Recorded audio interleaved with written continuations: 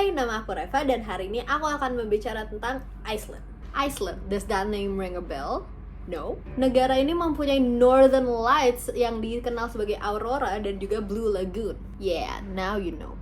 Oke, Islandia atau disebut dalam bahasa Inggris Iceland. Iceland dianggap pintu gerbang mengintip ke dimensi lain. Why? Karena pemandangan Icelandia sangat-sangat they clash each other.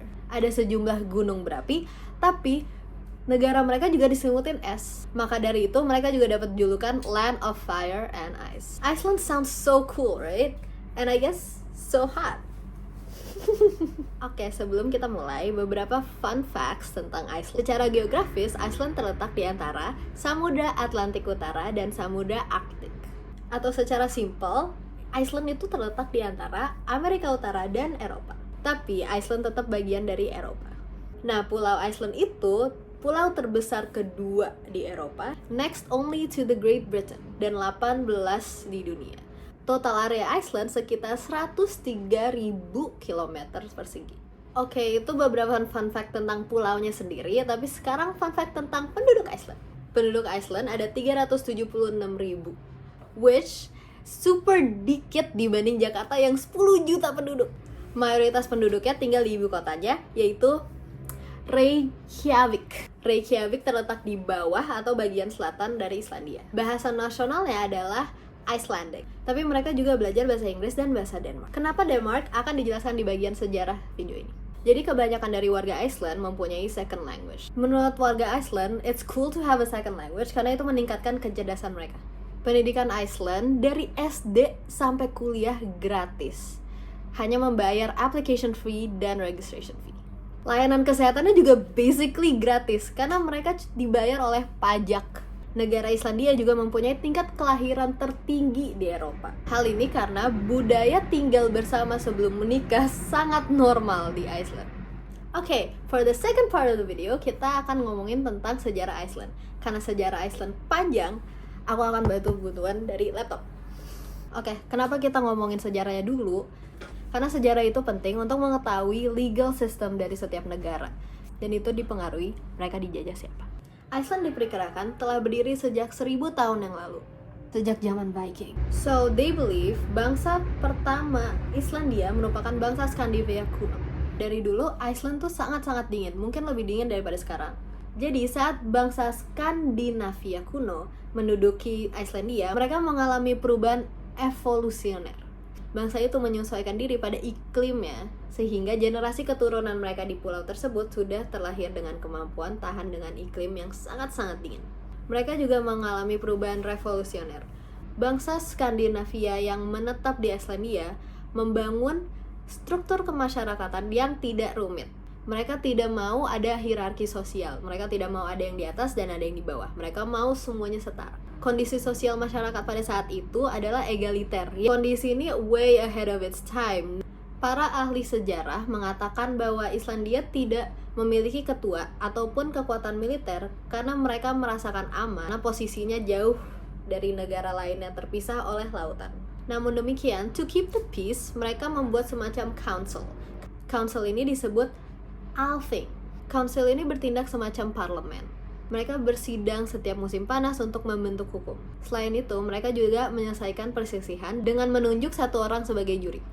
Nah, pembuatan hukum ini yang dimaksud bukan hukum tertulis, tapi mereka nunjuk satu orang untuk mengucapkan hukumnya. Jadi, hukum itu hanya diingat oleh satu orang. Orang ini diberi julukan law speaker. Some would say hukum yang dibuatnya adalah hukum kesepakatan rakyat yang ditegakkan oleh rakyatnya sendiri, which is the basic for democracy, tapi ini masih way ahead of its time, jadi dianggap masih demokrasi yang primitif. So, the first ever big fight di Iceland terjadi antara dua keluarga. Jadi selama abad ke-11 dan 12, Iceland dipimpin oleh beberapa keluarga. Lalu muncul dua keluarga memperebutkan kekuasaan seluruh Iceland. Konflik ini dimulai keluarga Sturla Þórðarson. Jadi keluarga itu menyebabkan kekacauan di satu bagian Islandia yang diduduki oleh petani-petani. Petani-petani ini pergi melintasi Islandia untuk mengadu kepada Council Althing. Ternyata keluarga ini bekerja di bawah perintah Raja Norwegia pada saat itu, yaitu Hakon the Fourth. Pada akhirnya konflik di Islandia ini goes on for decades, sehingga setiap suku Islandia akhirnya menyerahkan kekuasaan kepada Norwegia. Jadi akhirnya Islandia resmi menyatu ke bawah monarki Norwegia. So, selama Islandia di bawah kekuasaan Norwegia, mereka juga di bawah kekuasaan Denmark. Jadi selama Islandia di bawah Norwegia dan Denmark, mereka berkurang independensinya. Althing dilanjutkan, tetapi menjadi semacam pengadilan yang bahkan anggotanya menjadi perwakilan dari Denmark. Jadi bukan lagi ketua-ketua suku penduduk Islandia. Pada 1814, Denmark dan Norwegia terpisah oleh Perang Napoleon. So all throughout the war, iklim menjadi sangat-sangat dingin. Ini menyebabkan banyak penduduk Iceland untuk pergi dari Iceland. Karena penduduk berkurang, pemikiran-pemikiran lebih gampang tersebar. Dan saat itu ada pemikiran yang tersebar, yaitu romantic nationalist.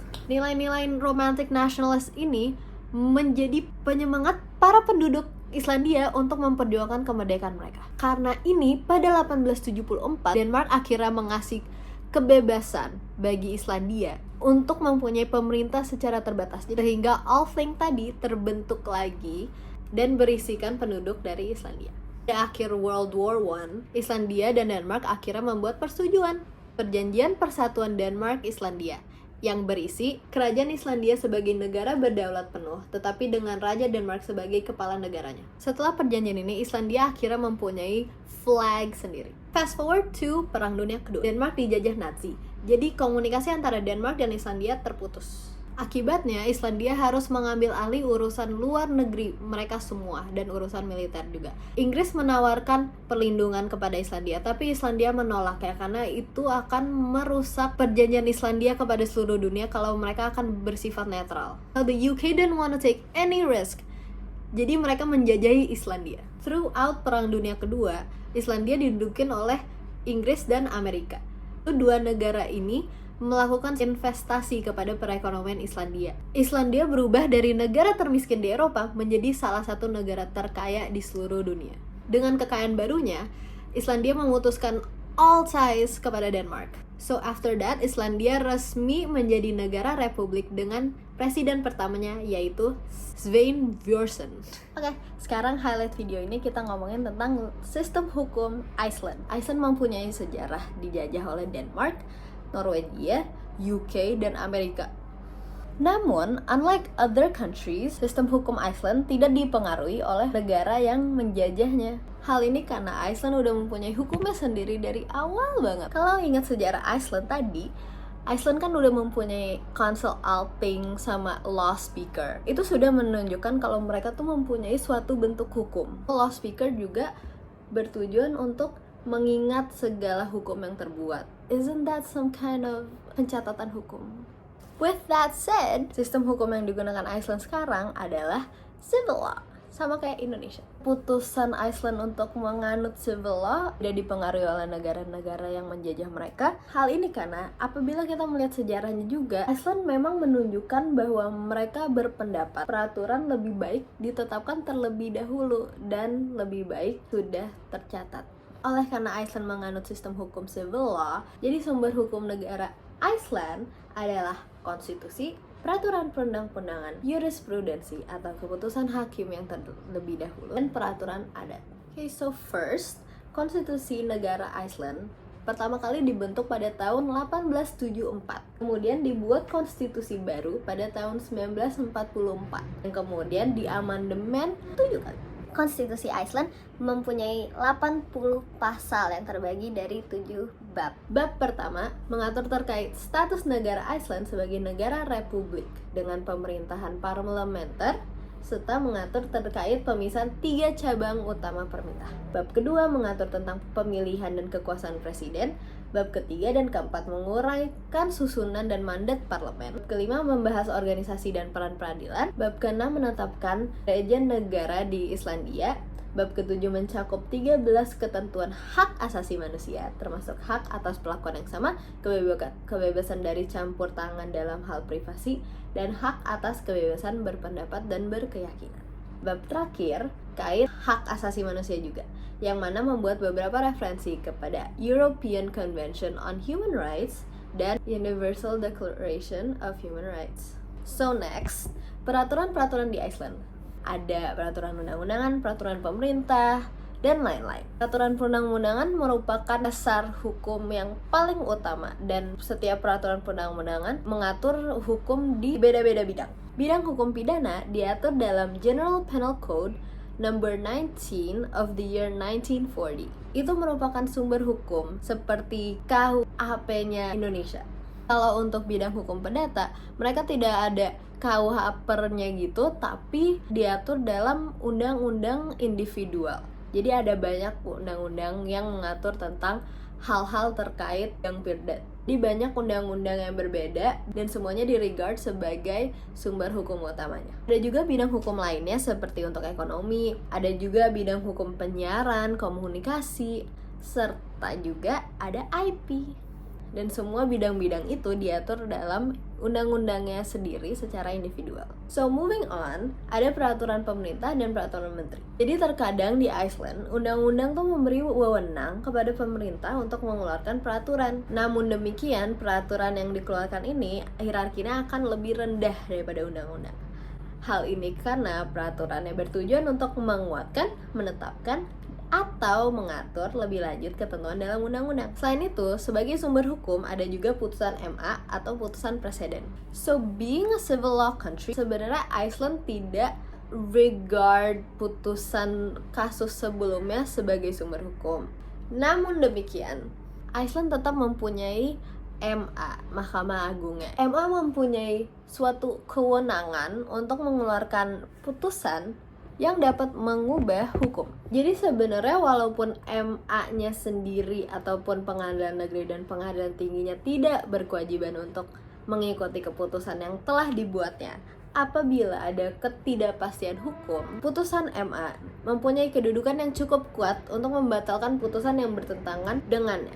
Selanjutnya, sumber hukum adat. Hukum adat ini merupakan hukum yang berasal dari tradisi budaya. Hukum ini mempertimbangkan nilai keadilan, kelayakan sesuai kebutuhan masyarakat. Tradisi di Iceland adalah sesuatu yang khas. Seperti yang udah dijelaskan, Council Althing kan merepresentasikan setiap suku. Sehingga untuk menyelesaikan konflik-konflik, digunakan nilai-nilai masing-masing suku untuk menyelesaikannya. Hal ini membuat suatu kepercayaan yang turun-menurun bahwa solusi untuk menyelesaikan konflik harus mengandalkan tradisi kebudayaan. Apabila sumber hukum lainnya tidak mampu menyelesaikannya. Sumber hukum terakhir adalah hukum internasional.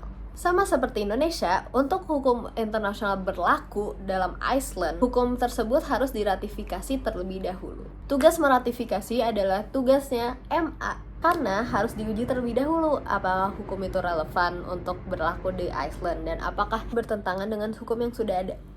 So, to sum it up, Iceland merupakan negara dengan sistem hukum civil law dan sumber hukumnya ada 6, yaitu perundang-undangan, peraturan pemerintah atau peraturan menteri, hukum adat, jurisprudensi, dan hukum internasional. Come to think of it, it's just like Indonesia.